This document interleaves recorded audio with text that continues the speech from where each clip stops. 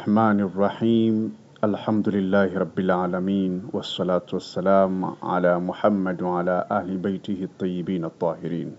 Enyi wasomi na wanafikra, historia ya Kiislamu imegubikwa na matukio mengi yaliyobadilisha mwelekeo wa mwanadamu. Hata hivyo, hakuna tukio lililoacha alama nzito ya kifalsafa kuhusu mustakbal wa uongozi wa kiroho na kisiasa baada ya Mtume Muhammad sallallahu alayhi wa alihi wasallama kama tukio la Ghadir Hum. Mnamo mwezi 18 Dhulhijja mwaka wa 10 baada ya Hijra, jangwa la Arabian lilishuhudia mkusanyiko mkubwa zaidi katika historia ya mwanzo ya Uislamu. Huu haukuwa mkusanyiko wa bahati mbaya tu, ulikuwa ni mkutano wa kimbingu uliolenga kuweka msingi thabiti wa imama, yani uongozi, nguzo ambayo ndiyo iliyodhamini kubaki kwa ujumbe wa Kiislamu katika usafi wake wa asili.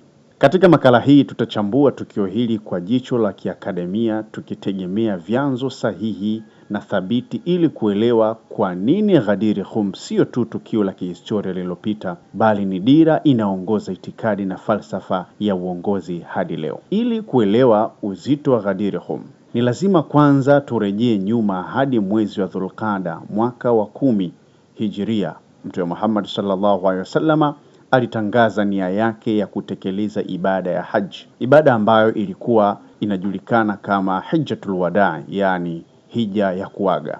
Waumini kutoka kila pembe ya bara la Arabian walimiminika Madina ili kuandamana na Mtume Muhammad sallallahu alaihi wasallam katika safari hii adhim. Ibada hiyo inakadiriwa kufikia kati ya watu 90,000 hadi 120,000. Mazingira haya ya kijamii na ya kisaikolojia yalikuwa ya kipekee mno. Mtume Muhammad sallallahu alaihi wasallam alikuwa akitoa ishara za wazi kuwa umri wake wa kuishi duniani ulikuwa unaelekea ukingoni.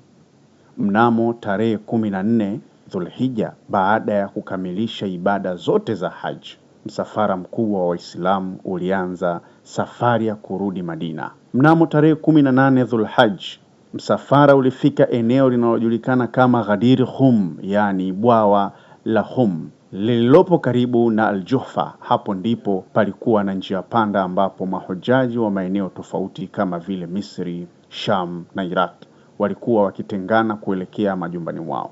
Hapo amri ya mbinguni iliposhuka kwa ghafla na kwa msisitizo mkubwa sana kupitia ayatut tabligh, yani aya ya kufikisha ujumbe kutoka katika kitabu kitakatifu. Mwenyezi Mungu Subhanahu wa Ta'ala anazungumza baada a'udhu billahi minash shaitani rajim. Bismillahirrahmanirrahim. Ya ayyuhar rasul balligh ma unzila ilayka min rabbik wa in lam taf'al fama ballaghta risalata wallahu ya'simuka minan nas. Ujumbe huu ukiwa na maana ya kwamba, ewe mtume, fikisha yale ulioshushiwa kutoka kwa Mola wako mlezi, na kama hukufanya hayo basi utakuwa hukufikisha ujumbe wake, na Mwenyezi Mungu atakulinda na watu. Suratul Maida aya ya 67. Katika uchambuzi wa maneno haya matukufu ya Mwenyezi Mungu Subhanahu wa Ta'ala, tukizingatia kanuni ya elimu ya hermeneutics na tafsiri ya Qur'ani, lugha iliyotumika katika ayatut tabligh inaonyesha uzito uliopitiliza. Kauli isemayo kama hukufanya hayo basi utakuwa hukufikisha ujumbe wake. Hii ina maana ya kwamba utume wote wa miaka 23 ungelikuwa batili au haujakamilika kabisa bila kufikisha jambo hili mahsus. Swali la kujiuliza, je, ni jambo gani hili lililokuwa na uzito sawa na utume wote? Katika vitabu vya hadithi kama vile Al-Kahfi cha Sheikh Al-Kulaini, kitabu cha Irshad cha Sheikh Al-Mufid na encyclopedia kubwa ya Al-Ghadiri iliyoandikwa na Allama Al-Amin, imethibitika bila shaka kuwa aya hii ilishuka kumhusu Amirul Mu'minin Ali bin Abi Talib alayhi salam. Mtume Muhammad sallallahu alaihi wasallam aliamuru msafara usimame. Wale waliokuwa wametangulia waliamriwa kurudi nyuma, na wale waliokuwa nyuma wakasubiriwa hadi wakafika. Jua lilikuwa ni kali sana kiasi kwamba watu walilazimika kuweka sehemu za majoho yao chini ya miguu yao ili kujilinda na joto la mchanga. Kutokana na matandiko ya ngamia, jukwaa au mimbar ya Mtume Muhammad sallallahu alaihi wasallam ilitengenezwa. Mtume Muhammad sallallahu alaihi wasallam alipanda juu ya jukwaa hilo akiwa amemshika mkono al-Imamu Ali alayhi salam. Mtume Muhammad sallallahu alaihi wasallam alihutubia mkusanyiko ule kwa hutuba ndefu na fasaha. Alianza kwa kukumbusha akida ya tauhidi na unabii, kisha akasema: enyi watu, mimi nimeitwa na Mola wangu na hivi karibuni nitaitika. Hakika mimi ninaacha miongoni mwenu vitu viwili vizito, yani thaqalaini: kitabu cha Mwenyezi Mungu ambao ni Qur'ani tukufu, na itra yangu, yani ahl baiti, yani watu wa nyumba yangu.